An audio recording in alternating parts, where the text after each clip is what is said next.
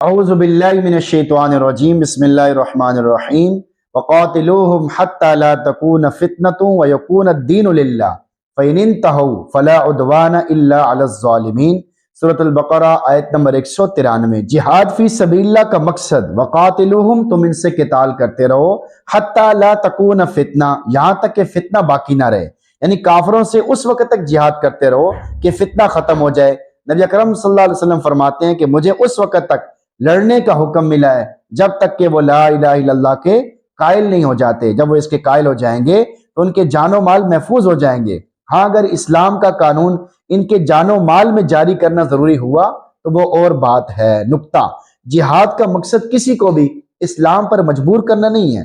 واضح ہے کہ عرب کے مشرکوں کے لیے صرف 3 راستے ہیں، یا اسلام قبول کر لیں، یا جزیرہ عرب سے باہر چلے جائیں، یا جنگ میں قتل کیے جائیں۔ ان کے علاوہ دوسرے کافروں کے لیے 3 طریقوں میں سے ایک یہ ہے کہ وہ جزیہ دے کر اسلامی حکومت کے قوانین کی اطاعت کر کے اپنے مذہب پر قائم رہ سکتے ہیں۔ جزیے کا ذکر سورۃ توبہ میں ہے، یہاں چونکہ مشرکین عرب کا ذکر ہے اس لیے جزیے کا ذکر نہیں کیا گیا۔ اس سے ایک بات یہ بھی واضح ہو گئی کہ جہاد کا اصل مقصد کسی کو اسلام پر مجبور کرنا نہیں ہے۔ وَيَكُونَ الدِّينُ لِلَّهِ، اور اللہ کا دین قائم ہو جائے، یعنی اسلام غالب آ جائے، کفر مغلوب ہو جائے، مسلمانوں کو کافروں کی تکلیف سے، اذیت سے نجات مل جائے، ہر آدمی آزادی سے دین حق کو قبول کر سکے۔ نقطہ، دین کا معنی لغت میں لفظ دین 2 معنوں میں تقسیم ہے۔ نمبر 1 انقیاد یعنی فرمان برداری، نمبر 2 عادت۔ اور شریعت مطہرہ میں دین کا مفہوم یہ ہے کہ دائمی طور پر اللہ رب العزت کی فرمان برداری کی جائے، ہمیشہ اور عادت کے طور پر اپنے آپ کو اس کے سپرد کر دیا جائے۔ دائمی فرمان برداری اور کامل سپردگی کو دین کہتے ہیں۔ فَإِنِ انتَهُوا، پھر بھی اگر وہ باز آ جائیں، فَلَا عُدْوَانَ إِلَّا عَلَى الظَّالِمِينَ، تو سوائے ظالموں کے کسی پر سختی جائز نہیں۔ یعنی کافر اور مشرک اگر اسلام قبول کر لیں تو پھر ان کا قتل کرنا جائز نہیں ہے۔ اگر ان کے اسلام قبول کرنے کے بعد تم نے انہیں قتل کر دیا تو پھر تم سزا کے مستحق بن جاؤ گے، کیونکہ ظالم ہی سزا کے مستحق ہوتے ہیں۔ آیت کا میسج آپ کے نام۔ اس آیت کریمہ میں اللہ رب العزت نے جہاد کا مقصد واضح کر دیا ہے، لہذا اس مقصد کے حصول کے لیے جہاد جاری رہے گا۔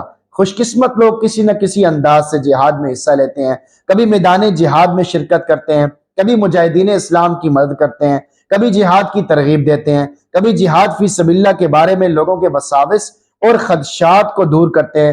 آپ بھی سوچیں کہ کیا آپ نے کبھی کسی انداز سے جہاد میں حصہ لیا ہے؟ نبی اکرم صلی اللہ علیہ وسلم نے ایک بات فرمائی ہے، اسے غور سے پڑھیں، پھر اپنا جائزہ لیں، کہیں آپ تو ان لوگوں میں شامل نہیں۔ من ماتا ولم یغزو ولم یحدث به نفسه مات علی شعبۃ من نفاق، جو آدمی مر گیا اور اس نے نہ تو جہاد کیا نہ ہی اس کے دل میں جہاد کرنے کا خیال تک پیدا ہوا، تو وہ آدمی منافقت کی ایک قسم پر مرا۔ ایک اور حدیث میں نبی اکرم صلی اللہ علیہ وسلم فرماتے ہیں ما ترک قوم الجہاد الا عمهم اللہ بالعذاب، جس قوم نے جہاد کو چھوڑ دیا اس قوم پر اللہ رب العزت عام عذاب بھیج دے گا۔ اے مسلمانوں، اللہ کی پکڑ، اس کی عذاب سے بچنے کی یہی صورت ہے کہ جہاد فی سبیل اللہ کے لیے کسی نہ کسی شکل میں حصہ لیا کرو، خواہ اپنی جان پیش کر کے یا اپنا مال قربان کر کے، لوگوں کو اس کے لیے تیار کر کے، یا جہاد فی سبیل اللہ کی حمایت کر کے کچھ نہ کچھ اس کے بارے میں لکھا جائے، ورنہ اللہ کی پکڑ اور اس کے عذاب سے بچا نہیں جا سکتا۔ یہ بھی یاد رکھیں، اگر آج ہم نے دوسرے مسلمانوں کی عزتیں لٹتی ہوئی دیکھنے کے باوجود ان کی حمایت نہ کی تو خطرہ ہے کہ ہماری عزتیں ہی ان کی طرح پامال نہ ہو جائیں۔ شیر کا مصرع ہے، جیسی کرنی ویسی بھرنی، نہ مانے تو کر کے دیکھ۔ آج دیکھ لیں کہ فلسطین میں اور کشمیر میں کتنا ظلم ہو رہا ہے۔ بچپن سے سنتے آ رہے ہیں کہ کشمیر میں ظلم ہو رہا ہے، فلسطین میں ظلم ہو رہا ہے۔ آج اتنے مسلمان شہید ہو گئے، آج اتنے مسلمان شہید ہو گئے، آج اتنے بچے شہید ہو گئے، آج اتنی عورتیں شہید ہو گئی، ان کی عزتیں تاتار ہو گئیں۔ کتنا ہم سنتے آ رہے ہیں، لیکن اگر ہمیں کوئی فکر نہیں، اگر ہم دلی طور پر فکر مند بھی نہیں ہوتے، دعا بھی نہیں کرتے، تو ہم تباہی کی طرف جا رہے ہیں۔ اگر ان مظلوم مسلمانوں کو دیکھ کر ہمارا دل نہیں پسیجتا اور ہمارے دل پہ کوئی اثر نہیں پڑتا، ہمیں کوئی غم نہیں ہوتا، تو یہ بڑے افسوس اور خسارے کی بات ہے، کیونکہ آج اگر ان کے اوپر یہ مصیبت آئی ہے تو کل کو جہاد چھوڑنے کی وجہ سے ہمارے اوپر بھی یہ مصیبت آئے گی۔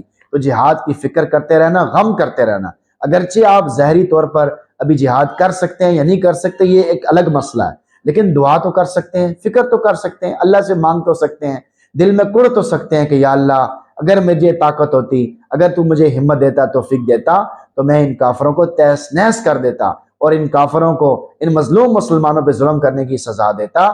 اس کا جذبہ رکھنا، اس کا شوق رکھنا، یہ ہم سب کے لیے ضروری ہے۔ اپنے دل کے اندر یہ شوق رکھنا کہ میں اللہ کے راستے میں قتل و قتال کروں، اللہ کے نام پہ قربان ہو جاؤں۔ اگرچہ موت ایسی چیز ہے، ظاہری طور پہ آدمی کو اس میں خوف آتا ہے، لیکن دیکھیں مرنا تو ہے، ہر آدمی نے مرنا ہے، چاہے جہاں مرضی چھپ جائیں۔ اللہ تعالیٰ فرماتے ہیں کہ بڑے بڑے قلعوں میں بھی جا کر چھپ جاؤ، لیکن موت تمہیں آ کے رہے گی، موت سے تم نہیں بچ سکو گے۔ تو موت تو آنی ہی آنی ہے، اس سے اچھا نہیں ہے کہ اللہ کے راستے میں موت آ جائے۔ اس لیے جہاد کا شوق اپنے اندر پیدا کریں اور دین کی خاطر اپنے آپ کو قربان کرنے کا شوق پیدا کریں۔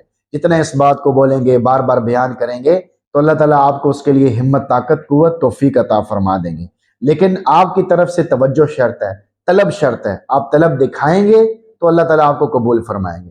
تو اپنے اندر جہاد کا جذبہ پیدا کرنا ضروری ہے، اس کو بار بار بولتے رہنا، بیان کرتے رہنا، یہ بھی ضروری ہے۔ اس کے تذکرے بھی ختم ہو گئے ہیں، یہ بھی بڑے افسوس اور نقصان کی بات ہے کہ جہاد کو بھی چھوڑا ہے اور جہاد کے تذکروں کو بھی چھوڑا ہے، جہاد کی باتوں کو بھی چھوڑا ہے۔ حالانکہ قرآن کی آیتیں جہاد سے بھری پڑی ہیں، احادیث کی احادیث جہاد سے بھری پڑی ہیں۔ اللہ تعالیٰ سے دعا، اللہ تعالیٰ ہم سب کو جہاد کا شوق، جذبہ، ہمت، طاقت، توفیق عطا فرمائے اور قرآن پڑھنے، سننے، سمجھنے کی بھی توفیق نصیب فرمائے۔ آمین۔